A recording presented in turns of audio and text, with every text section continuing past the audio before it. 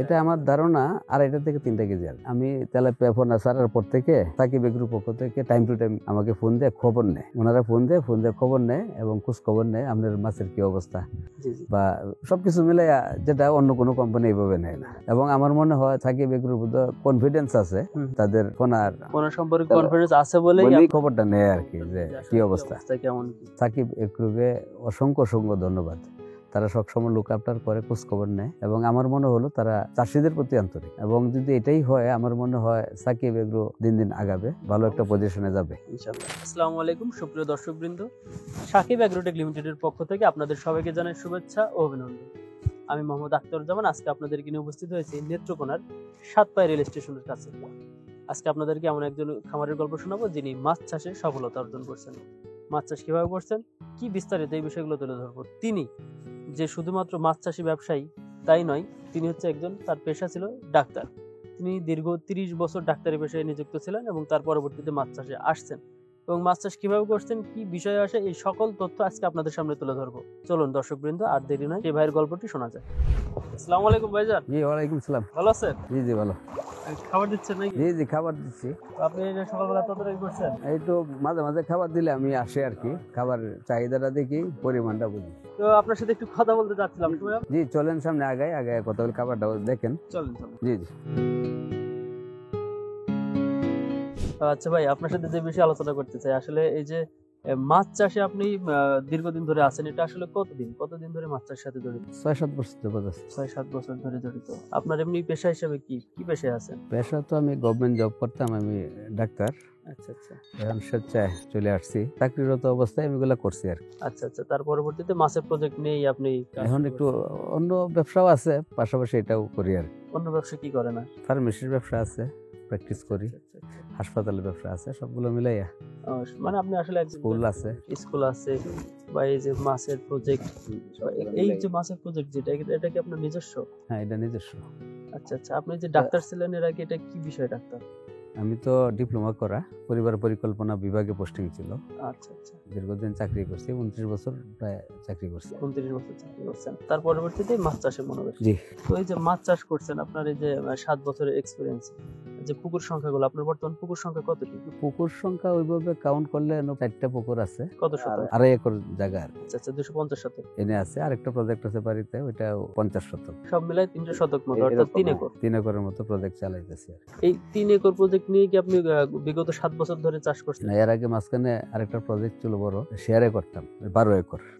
আচ্ছা আচ্ছা। তো ওই প্রজেক্টে লাভ হয়েছে, লস হয়েছে, সর্বশেষ লস হয়েছে, তেলাপিয়া করছিলাম। তো এর আগে আমি আরেকটা কোম্পানি থেকে তেলাপিয়া চাষ করছি, একবার 75,000 আনছি প্রথম টাইমে, সেকেন্ড টাইম আবার 75 আনছি। তো লাস্ট এই প্রজেক্টে আমি ধরা গেছি, মাছগুলা গ্রোথ কম হয়েছে, 7 মাসে ডিম দিয়ে দিছে। এটা সবচেয়ে বড় লসের কারণ। আগে পাবদা করতাম ওই প্রজেক্টে, পরে প্রজেক্টে আমি গত বছর ছেড়ে দিছি আর কি। যদি একটু বলা যায় তো, যে কেমন পরিমাণ লসের সম্ভাবনা আছে? না, অনেক, প্রায় 14 লক্ষ টাকার মতো লস। 14 লক্ষ, এটা তো অনেক টাকা। প্রজেক্টটা তো বড় ছিল, খরচ তো বেশি হয়েছে। আচ্ছা আচ্ছা আচ্ছা। যে কারণে ওই প্রজেক্টে শেষ পর্যন্ত ওই তেলাপিয়ার কারণেই সর্বশেষ ভাবছিলাম যে তেলাপিয়া দেখি কি রেজাল্ট আসে, কিন্তু এটাতে যায় মনক্ষুণ্ণ সমস্যা হয়েছে।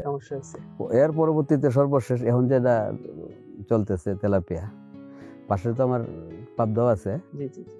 তো এখন আপনাদের সাকিব এগ্রো, এটা দিয়ে শুরু করছি, এটা এখন রানিং আছে আর কি, 3.5-4 মাসের মতো হয়েছে। এই হলো সর্বশেষ তেলাপিয়ার অবস্থা।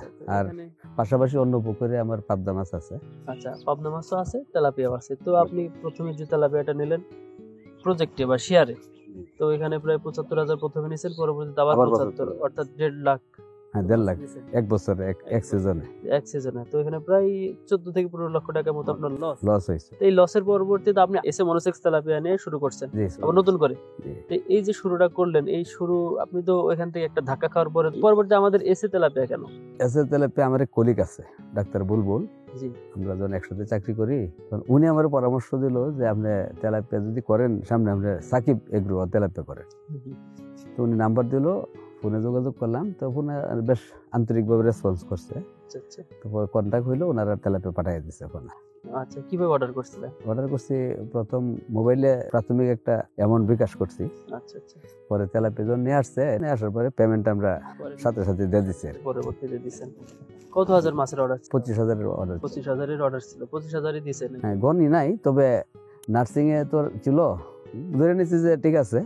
নার্সিং এ থাকার পরে যখন মাসটা 1 মাস নার্সিং করার পরে আমরা যখন আবার কাউন্ট করছি অন্য পুকুরে দেওয়ার সময়, তখন দেখলাম 25 তো ছাড়ছি, 26-27-এর মতো হবে। আচ্ছা, মানে বোঝা গেল যে গুণগত মান ভালো, হ্যাঁ, ফোনাগুলো সবগুলো টিকছে, কারণ আপনি মিস হয় নাই। অর্ডারই করছেন 25,000, সেক্ষেত্রে আপনি 26,000 মাছ কিভাবে পাবেন? অর্থাৎ সেটাই তারা কিছু গিফট বলেন বা যেটা না, বলেন, এটাও দিছে, এটা দিছে, এবং সেটা যেটা দিছে সেটা পুরোটাই থেকে গেছে, মাছ মারা সবচেয়ে যায়। বড় কথা হচ্ছে যে ফোনার কোয়ালিটি যদি ভালো থাকে তাইলে ফোনার টিকে বেশি। জি জি কোয়ালিটি ভালো না থাকলে ফোনা মিস হয়, ছাড়ার পরে বিভিন্ন কারণে মিস হয়।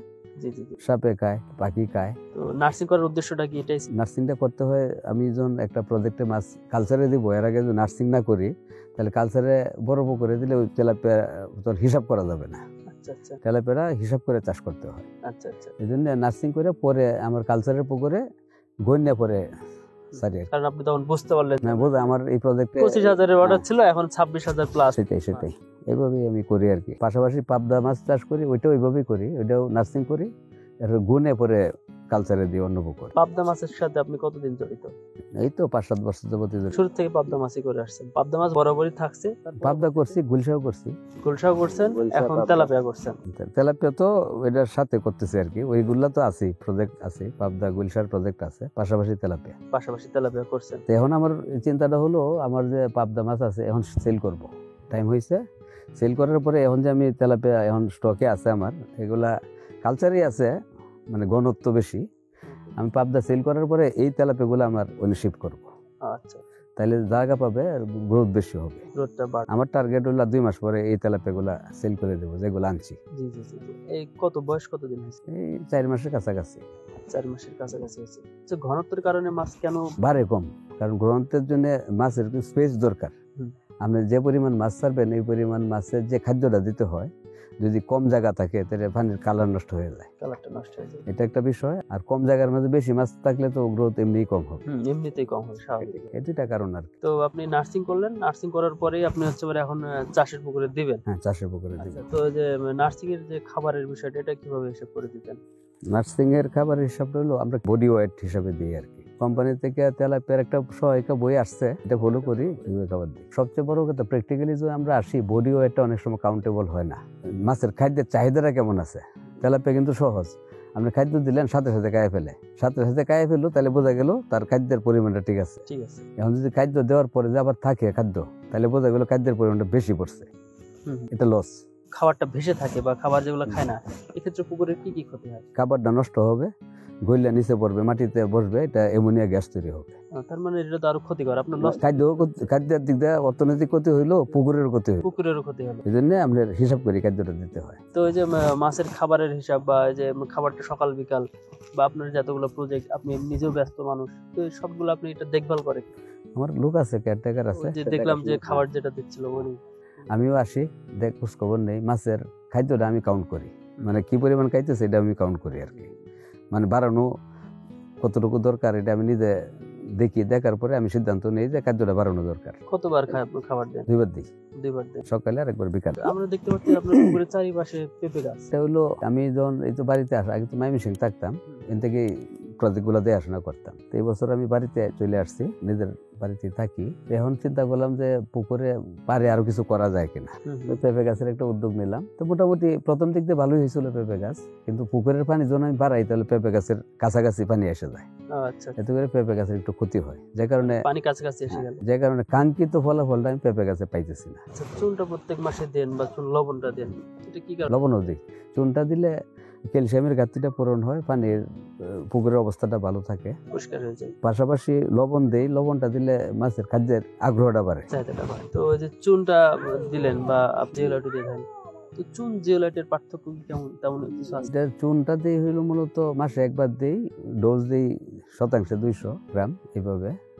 আর জিওলাইটটা দিয়ে হইলো আমরা যখন এই যে গ্যাসের ডোজটা দিই, অর্থাৎ অ্যামোনিয়া মুক্ত করার জন্য, এটা জিওলাইটের সাথে মিক্সার করে ফেলাই দিই আর কি। এতে করে এই জিওলাইটটা অ্যামোনিয়ার কাজ করে, সাথে ইউকা যেটা ব্যবহার করে এটাও কাজ করে আর কি, আচ্ছা। অ্যামোনিয়া রিলিফের ক্ষেত্রে।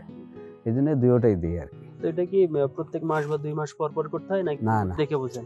এটা আমি রেগুলার রুটিনলি করি। Routine report. রুটিনলি তেলাপিয়ার পুকুরে 1 মাস পরে পরে করি, বা 20-25 দিন পরে পরে। পাবদাতে রেগুলার করতে হয় 15 থেকে 20 দিন পরে পরে। তেলাপিয়াতে একটু রিস্ক কম। রিস্ক কম, আসলে এর রোগবালাইটা কম। রোগবালাইটা কম। অন্যান্য মাছের থেকে আপনার মনে হয়েছে? অনেক কম। এটা তো আমরা জীবাণুনাশক ব্যবহার করি না, কারণ রোগবালাই দিতে হয় না। বলা যেত। কিন্তু পাবদাতে জীবাণুনাশক ব্যবহার করতে হয় 20 দিন পরে পরে। আচ্ছা, তো এই যে এসে তেলাপিয়া যেটা নিছেন, এর আগে আপনি তেলাপিয়া চাষ করছেন, তো এটার ফল আপনি কি মানে অনুভব করছেন কেমন? প্রথম থেকে আমি যে নার্সিং করলাম, নার্সিং এর পরে যখন কাটাই করে অন্য পুকুরে দিলাম, তখন আমার একটা ধারণা হইলো যে এটার গ্রোথটা ভালো। সেল করার আগ পর্যন্ত তো বুঝতে পারবো না, যেহেতু সেল হয় না। এখন পর্যন্ত যেটা আছে মনে হচ্ছে যে এসে তেলাপিয়ার ভালো হবে, রেজাল্টটা ভালো হবে। সেল করার পরে বুঝতে পারবো।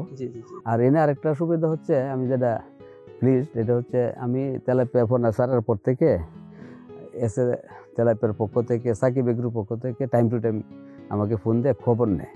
আচ্ছা, ওনারা ফোন দেয় খবর নেয় এবং খোঁজ খবর নেয় আপনার মাছের কি অবস্থা, বা সবকিছু মিলে, যেটা অন্য কোনো কোম্পানি এইভাবে নেয় না। আপনাদের আগেও মাছ চাষ করছেন? হ্যাঁ, কেউ নেয় না, কোনো কোম্পানি নেয় না। আমি এই কারণে খুব প্লিজ তাদের প্রতি, যেন তারা তো বেশ আগ্রহ আছে যে খোঁজ খবর নেওয়া, চাষিদের সাথে একটু কমিউনিকেট করে। মানে সোজা কথা, সাকিব এগ্রোর পক্ষ থেকে নিজেরাও খোঁজ খবর নেয়, আমিও প্রশ্ন করলেও তাদের সহযোগিতা করার মতো একটা মানসিকতা সবসময় থাকে, বিরক্ত হয় না।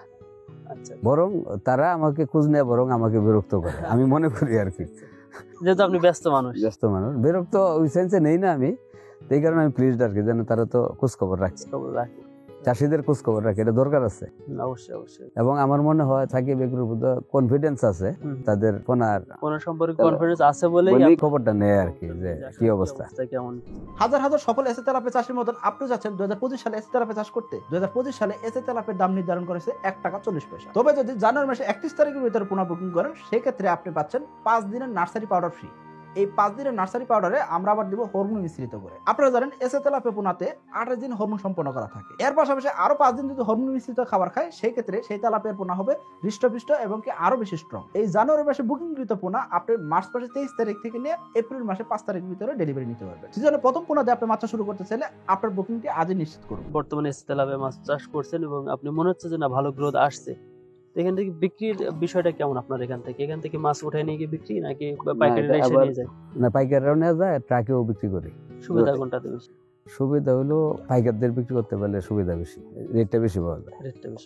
আর ট্রাকে বিক্রি করলে একসাথে বেশি বিক্রি করা যায়। তা আমার এনে একটু পরিবহন সমস্যা, এনে ট্রাক আসে না, আমার এই ফিশারির কাছে ট্রাক আসে না, একটু দূরে ট্রাক থাকে, এন থেকে আবার ক্যারিং করে নেওয়া দিতে হয়, এটা একটু ঝামেলা হয়। আমার সহজ হলো পুকুরের বাড়ি আসা যায় মোটরসাইকেল, এরা আবার নেওয়া যায় আর কি। এক মোটরসাইকেলে দেখা যাচ্ছে 100 কেজি 120 কেজি এরকম পরিমাণ নেওয়া যায়। এইভাবে 10-15টা পার্টি এসে পড়ে, আমি জাল টানলাম, দিয়ে দিলাম, খুব সহজ সেল করতে। পুকুরের বাড়ি টাকা দিয়ে দেয়, ভালোই তো। এটা সহজ হয় সেল করা, বেশ। পানি থেকে তুললাম, মাইপে দিয়ে দিলাম, এটাও কোনো ওজনেরও ঘাটতি নাই। আর আপনি চাক্ষুষ থেকে দেখতে পাচ্ছেন, তারাও একটু বেশি নাই, বেশি নিলেও পোষে এই আর কি। এই সেলটা সহজ হয় আমার। ট্রাকেও সহজ, ট্রাকে হলে একদিনে অনেক বিক্রি করা যায়, 2 টন 3 টন বিক্রি করা যায়। কিন্তু ওই মোটরসাইকেল পার্টির কাছে বিক্রি করলে লোকাল পার্টি এরা তো 1 টনের উপরে নিতে পারে না, দামটা ভালো পাওয়া যায়। এই তো জাল খরচটা একটু বাড়ে। হ্যাঁ, 3 দিন জাল টানলে 1 ট্রাক পরিমাণ সেল হয়। তো এই জাল খরচটাকে বাড়লেও দামে গিয়ে ভালো হয়। এই আর কি। তো তাহলে আপনি এই মাছ বিক্রি করবেন বলতে কতদিন পর বিক্রি করতে যাচ্ছেন? এটা শীতের পরে বিক্রি করব। শীতের পর বিক্রি, তখন কেমন পিচে আসবে এরকম? এটা আমার ধারণা 2.5 থেকে 3 কেজি আসবে। অনেকটা ভালো একটা অ্যামাউন্ট। জি, আশা করা যাচ্ছে এখান থেকে আপনার লাভ হবে। হ্যাঁ, আশা করতেছি। এখন পর্যন্ত বিক্রি না হলে বোঝা যাচ্ছে না, যদিও তবে এটা আশা আছে যে মাছের গ্রোথ ভালো, যেহেতু লাভ হবে ইনশাআল্লাহ। দীর্ঘদিন ধরে আপনি যে মাছ চাষ করছেন, তো আপনার কি মনে হচ্ছে মাছ চাষটা কি আসলে লাভজনক? আসলে কি, মাছ চাষে কিছু সমস্যা আছে। সেটা হলো, প্রথম হচ্ছে মাছ চুরি হওয়ার মতো যে অবস্থা থাকে, এটা নিয়ন্ত্রণ করতে হবে, না হলে মাছ চাষে লাভ হবে না। যেটা আমার ওই যে শেয়ারের প্রজেক্টে চুরি হইতো মাছ, আমার সন্দেহ কাজ করছে। রাত্রে পাহারাদাররা তো ওইভাবে পাহারাও দেয় না, আর বেড়াও তো কেতকায়, এগুলো তো নিয়ন্ত্রণ করা যায় না। এটা যদি নিয়ন্ত্রণ করা যায়, আর যে মাছের সেলের সময় রেটটা ভালো পাওয়া যায়, তাহলে মাছ চাষে লাভ আছে। আর ভালো কোম্পানির খাদ্য খাওয়াইতে হবে, এটাও একটা সমস্যা। ভালো কোম্পানির খাদ্য না খাওয়াইলে গ্রোথটা কম হবে। আচ্ছা আচ্ছা, ভালো কোম্পানির খাদ্য, আসলে ভালো মানের মাছ হলেই হবে না, খাদ্যটাও ভালো মানের থাকতে হবে। তাই তো? তবে দুটোই লাগবে, দুটাই লাগবে। ভালো মানের সেটাই। পোনা এবং ভালো মানের খাদ্য। তো মনোসেক্স বিষয়টা কি আসলে? আমরা যে মনোসেক্স বলছি এত, তেলাপিয়ার ক্ষেত্রে মনোসেক্সটা কেন? এটা তো আমরা তো টেকনিক্যাল বিষয় তো বুঝি না, যেটা জানি সেটা হলো মনোসেক্স মানে এটা হরমোন খাওয়ায় ওইভাবে তৈরি করা হয় যাতে করে এটা 1 বছরের আগে ডিম না দেয়। ডিম না দেয়, এক্ষেত্রে এটা- চাষের ক্ষেত্রে সুবিধা। চাষের ক্ষেত্রে সুবিধা, কারণ তেলাপিয়া যদি ডিম দেয় তাহলে তো পুকুর নষ্ট হয়ে যাবে, হুম। সেল করতে সমস্যা হবে, মাছের গ্রোথটা কম হবে। কারণ এটা পাশাপাশি যদি বড় তেলাপিয়ার সাথে যদি আবার ছোট ফনা থাকে তাহলে তো সেল করা যাবে না, সেল করা যাবে না। আর ওই ফনাগুলো সবটাই নষ্ট। হুম হুম। এগুলা সেলও করা যাবে না, এগুলা ফালাই দিতে হবে, আর পালাই দিতে হবে। কারণ এগুলো তো শিপ করার জায়গা না, এগুলো তো গ্রোথ হবে না। জি জি জি। এই জন্য মনোসেক্স যদি ঠিক মতো হরমোনাল দেওয়া থাকে, যে পরিমাণ দেওয়ার কথা, তাহলে এটা 10-12 মাসের আগে আমি তো 1.5 কেজি ওজনও তেলাপিয়া হয়েছে, ডিম দেয় নাই। 1.5 কেজি? হ্যাঁ, এরকম হয়েছে, বাহ। ডিম দেয় নাই। মানে কি এদের 1 বছরের ভিতরে 1.5 কেজি হয়ে গেছে, বোঝা গেল যে এদের মনোসেক্স ঠিক আছে, অরিজিনাল আসলে অরিজিনাল মনোসেক্স।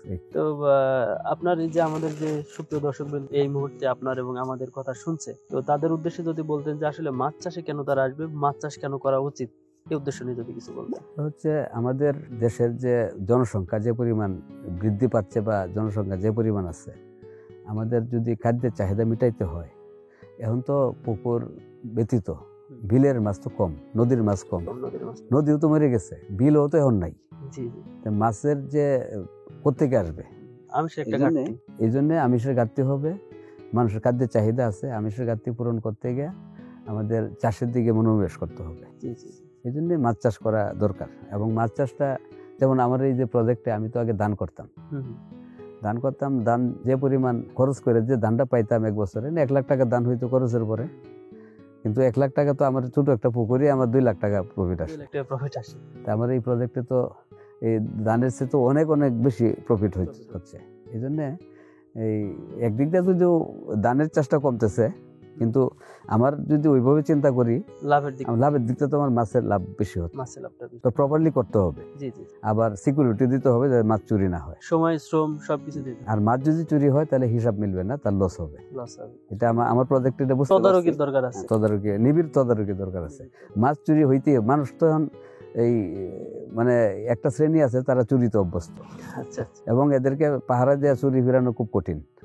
এই জন্য পাহারাদারও ওই ধরনের থাকতে হবে। জি জি জি। ঠিক আছে ভাইজান, ধন্যবাদ আপনাকে জি, আপনার ধন্যবাদ। মূল্যবান সময় দেওয়ার জন্য। ভালো থাকবেন, সুস্থ থাকবেন, আর আপনি বড় পরিসরে মাছ চাষ করেন, এই দোয়াই করি। জি জি, আপনাদেরকে ধন্যবাদ, আপনারা আসলেন, খোঁজ খবর নিলেন, আপনাদেরকে ধন্যবাদ। পাশাপাশি সাকিব এগ্রোকে অসংখ্য ধন্যবাদ। তারা সবসময় লুক আফটার করে, খোঁজ খবর নেয়, জি জি। এবং আমার মনে হলো তারা চাষিদের প্রতি আন্তরিক। এবং যদি এটাই হয়, আমার মনে হয় সাকিব এগ্রো দিন দিন আগাবে, ভালো একটা পজিশনে যাবে। ইনশাআল্লাহ। জি, ঠিক আছে, ধন্যবাদ। ধন্যবাদ। সুপ্রিয় দর্শকবৃন্দ, এইমাত্র আপনারা শুনলেন ডক্টর আবুল হোসেন ভাইয়ের গল্প। তিনি কিভাবে মাছ চাষ করছেন, কিভাবে মাছ চাষে আসছেন। তার পেশা ছিল ডাক্তারি, দীর্ঘ 30 বছর তিনি ডাক্তারি পেশায় ছিলেন, তারপর থেকে আসছেন মাছ চাষে। মাছ চাষ একটি লাভজনক ব্যবসা, তো আপনারাও চাইলে মাছ চাষ করতে পারেন। মাছ চাষে আসার জন্য সকল তথ্য, সকল নিয়মাবলী আমরা আপনাদের সামনে তুলে ধরি। মাছ চাষ ক্ষেত্রে সকল খুঁটিনাটি বিষয় যেগুলো আছে সেগুলো আপনারা সাকিব অ্যাগ্রোটেক লিমিটেডে পাবেন। আশা করি আপনারা মাছ চাষে আসবেন, মাছ চাষ উদ্বুদ্ধ হবেন। আজকে পর্যন্তই, পরবর্তীতে অন্য কোনো খামারে অন্য কোনো গল্পে আপনাদেরকে নিয়ে হাজির হব। ভালো থাকবেন, সুস্থ থাকবেন, আর মাছ চাষের সকল তথ্য পেতে সাকিব অ্যাগ্রোটেক লিমিটেডের সাথেই থাকবেন। ধন্যবাদ।